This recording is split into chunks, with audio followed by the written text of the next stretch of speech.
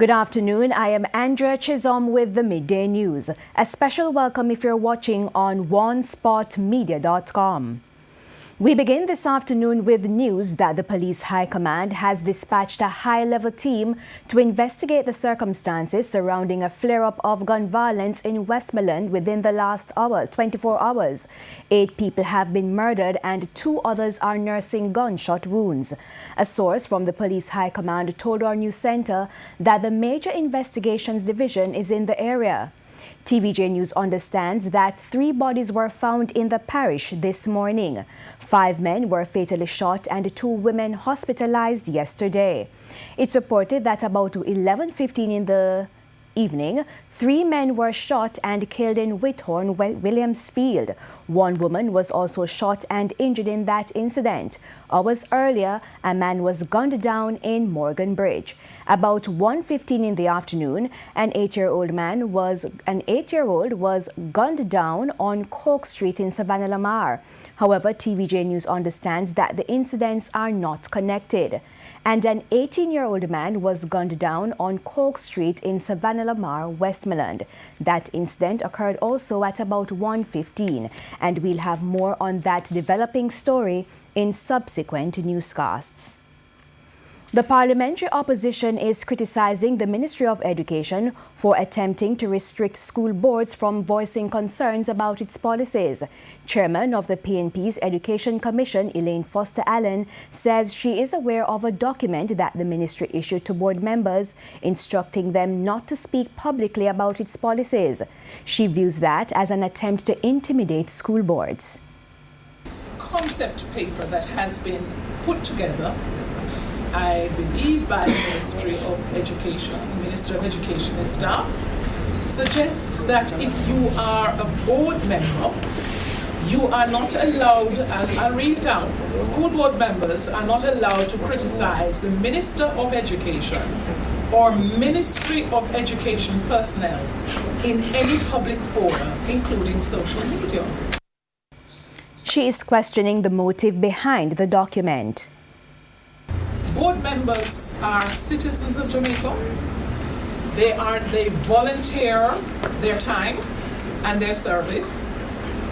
And are you telling me that if I see something going off and wrong as a citizen of Jamaica, I should not, whether I'm a board member or not, I shouldn't say, hold on, that doesn't look right, that doesn't sound right. Where is that leading us to? The People's National Party says it's giving its full support to last week's protest at the University of Technology over the small government subvention given to that institution when compared to others across the island. Opposition spokesman on education Ronald Thwaites called the decision unfair and insists the government can do better. TVJ's Shamela Pullen reports. Last week, staff and students at the University of Technology staged a protest at the university's main campus in St. Andrew against the government's decision not to increase the subvention for the institution in the new national budget. A week later, opposition spokesman on education Ronald Thwaites says he supports the move to protest. The University of the West Indies is being given an allocation of $8.73 billion this year, having received, I think it was $750 million in the supplementary estimates just passed. And contrast that to the University of Technology, which is being given $1.8 billion. Now, we're not so simplistic as to equate the two institutions, but what we are saying is that a 5-to-1 differential, yes, is unfair. At a People's National Party press conference on Monday, Mr. Thwaites said not only is it unfair, but it also demeans the quality of work done at UTech, which by its recent institutional accreditation is on a par with the University of the West Indies. I had raised this matter in Parliament, yes, and I thought I had the assurance of the government that they would redress that in this budget. Clearly it has not been, and we support the activism of the staff and students at the University of Technology fully. Mr. Thwaites further admitted that when his People's National Party was in power, it was aware of the situation faced by the university. However, Mr. Thwaites noted that his administration at the time was not in a position to allocate the additional resources needed based on economic constraints. But he insists that situation has now changed. We have achieved that which we sacrificed for to a significant measure. In addition, during that period, the University of Technology was, with government assistance, the recipient of very high capital grants through financing with the Caribbean Development Bank. And it was to add physical infrastructure and other programs. That was posited as being what we could do at that time. The government and UTech representatives are in discussions to reach a solution to the issue. Shamela Pullen, TVJ News. There was no class at Central High in Clarendon on Monday as disgruntled educators staged a demonstration at the institution's gate. The teachers want to see the back of the current board chairman. However, he is defending his stewardship. We have more in this report from TVJ's Dwayne Anderson. Instead of Monday's studies, educators at Central High set out to teach the school's chairman, Henry Morant, a lesson in human relations. They say he is disrespectful and high-handed, and they want to see his back. Few of the teachers wanted to speak on camera, but they got their message across with signs and songs.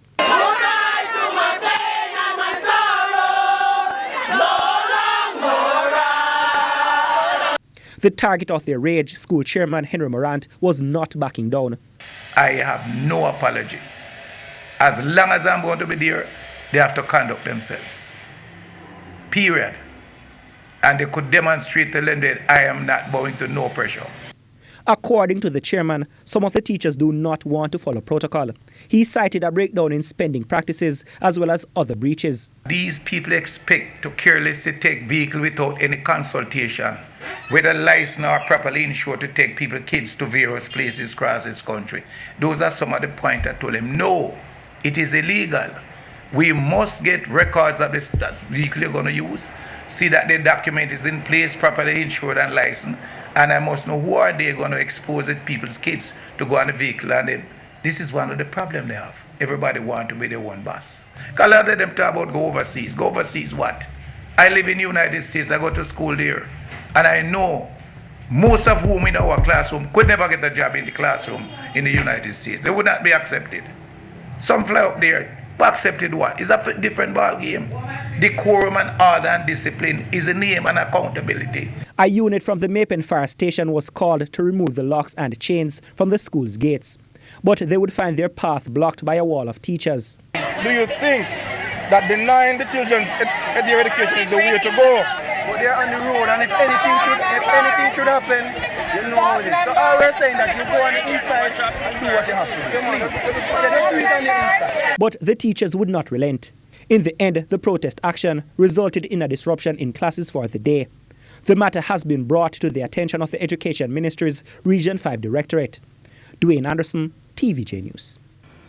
This afternoon, the story of businesses in Port Maria, St. Mary, which are literally on edge, and operators worried the area will lose lots of investments and employment unless the authorities urgently address the menacing river nearby. TVJ's Krista Campbell reports. A booming business hub in the Trinity area of Port Maria, St. Mary, at the mercy of the nearby Ocham River. The operators of a basic school, restaurants, and several auto businesses say in the past 4 years, the river has taken a lot from them, and each shower of rain threatens to take more. We are concerned that if there is another downpour, no matter how small it is, the banking is going to come right in on the premises. The banking is 6 feet away from the building, right? So the fencing gone, so the building is next. Right, and we don't know if we can survive any other disaster. At Cabby's Auto Parts and Total Vehicle Care Limited, several square feet of land have been swept away by raging waters during the last hurricane to impact the island. But the people say it doesn't even have to rain for the land to slip. That we don't have any stone or stuff to hold the banking together. So when it rains, it softens up. When the sun comes, it breaks apart and it drops in the river. The man who leased the lands to the business operators explains what he thinks caused the erosion in the first place. In 1997, they put a tractor in here, so they're going to train the river. And instantaneously after maybe the election, it seems, they took up back the tractor and leave the river banks vulnerable.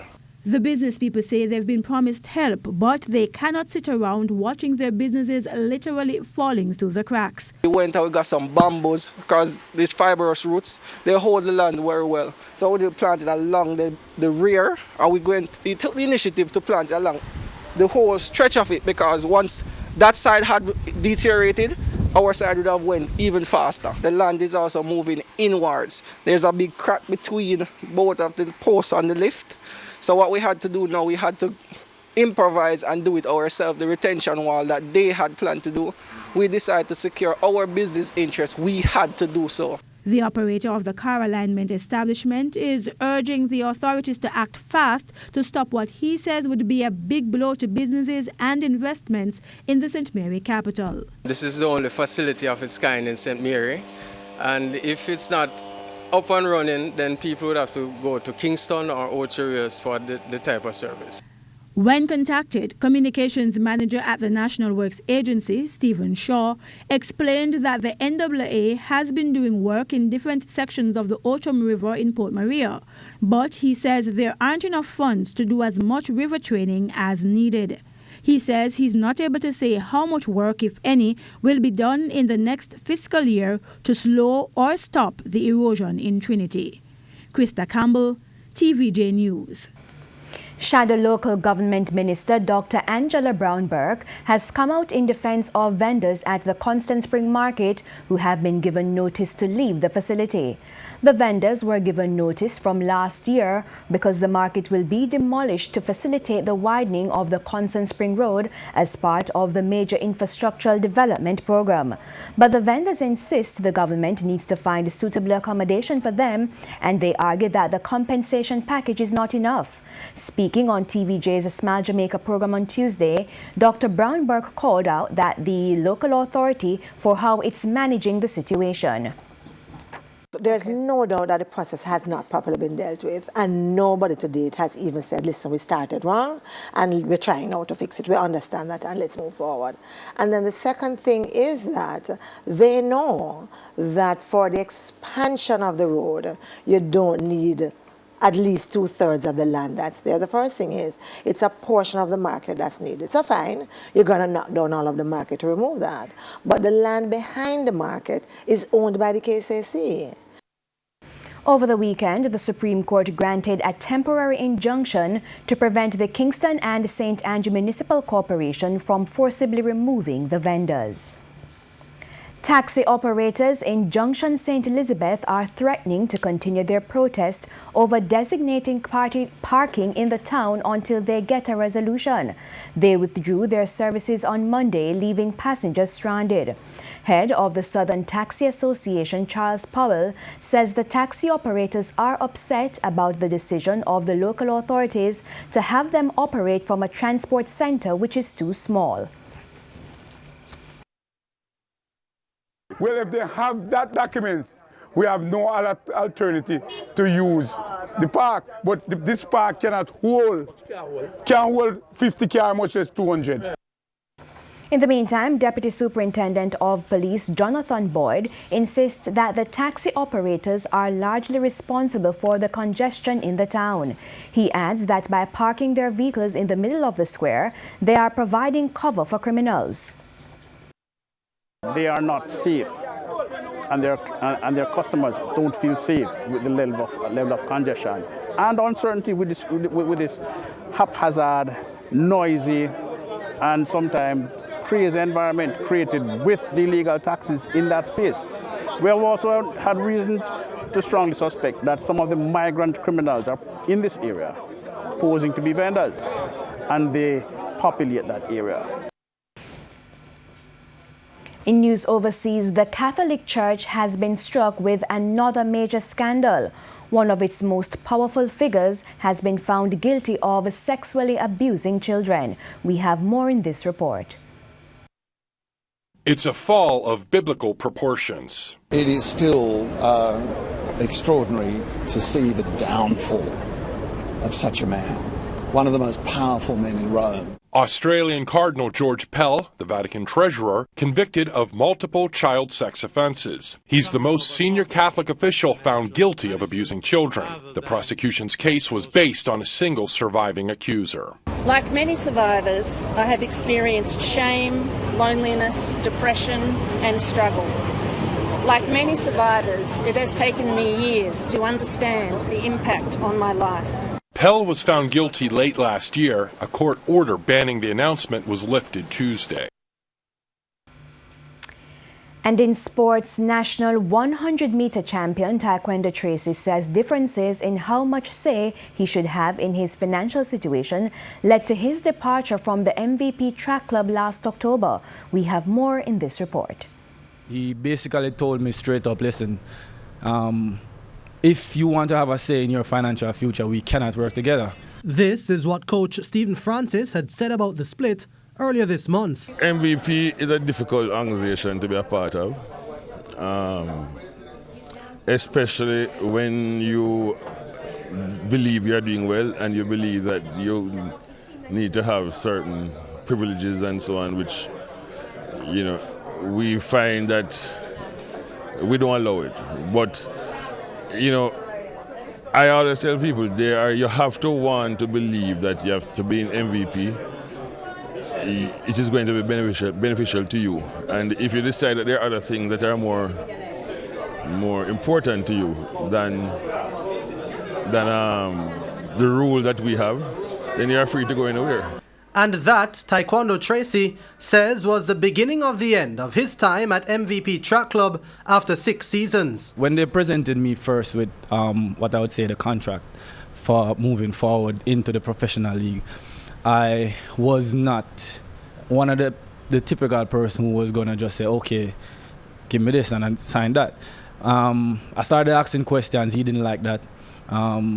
It reached to a point where he probably started getting angry. So he said, hey, here what? This young man is not going to do what I want him to do, so I'm going to tell him to leave. And just before we close, we're going to recap our top story. We told you that the police high command has dispatched a high-level team to investigate the circumstances surrounding a flare-up of gun violence in Westmoreland. Now, 8 people have been murdered and 2 others are nursing gunshot wounds. And of course, we'll have more details on that developing story during primetime news at 7. And that's the Midday News. I'm Andrea Chisholm. On behalf of the news, sports and production teams, good afternoon.